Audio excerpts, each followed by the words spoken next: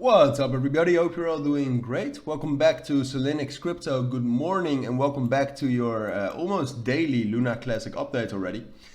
First of all, I hope you all had a great start of the weekend. And in this video, I just wanted to take another look at Luna Classic.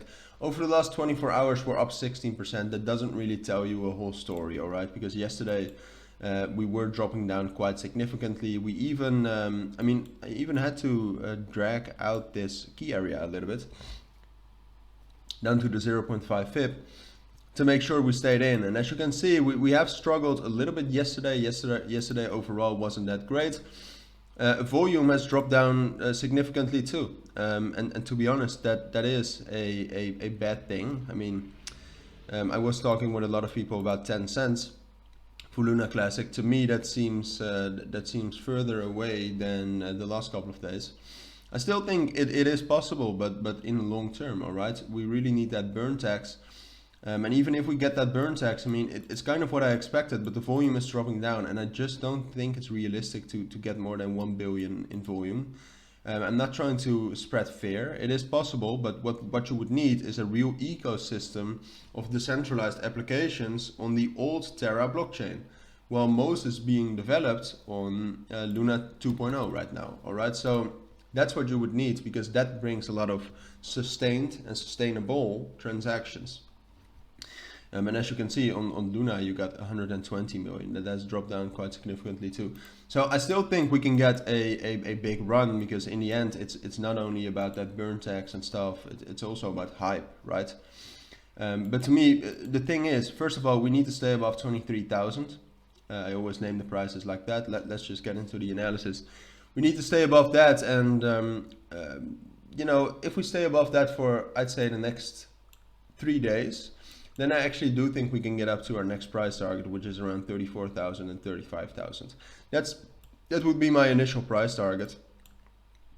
Not my last price target. I mean, when we hit that level, that's basically my first of all, I do think we'll reject a little bit off of that level. But that's my cue. From then I'll make another analysis immediately, probably with a new price target at around 40,000, right here at that level. But that's really the price target we need to reach, and I think that's fair. I think that's very realistic, to be honest. And I think something like this is going to happen within the next at least 5 days.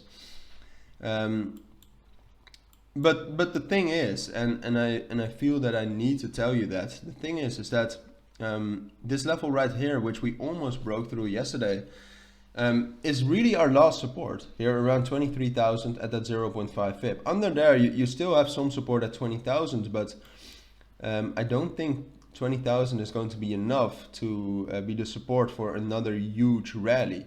All right, so if for some reason within the next few days we break down below 23,000, I mean, if you believe in a project, don't sell, right? It's your analysis. You should trust your analysis more than mine.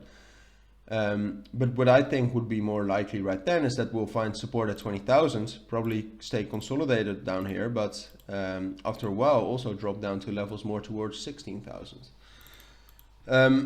All right, I mean, just looking at the technical analysis like that, that seems to be a very likely scenario if we break down below 23,000. Obviously, if other fundamentals come out, like that burn tax getting implemented, we're still going to have that run, and I still think this is the most likely scenario, but it is really based on the foundation of that 23,000 level, support level.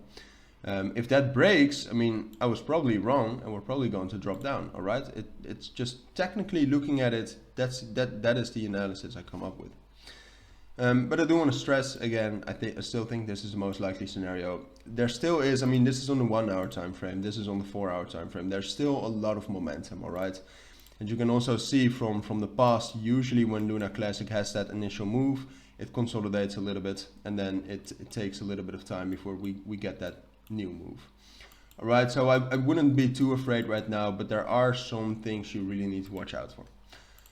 So yeah, that's my update on Luna Classic. If you want to discuss that or anything, I'm always open for that. I mean, I'm always open for a good discussion on whether it can reach 10 cents, on or other price targets, but for now that's my analysis. So I want to thank you all for watching and listening. I want to wish you all a great weekend, and take care. Bye.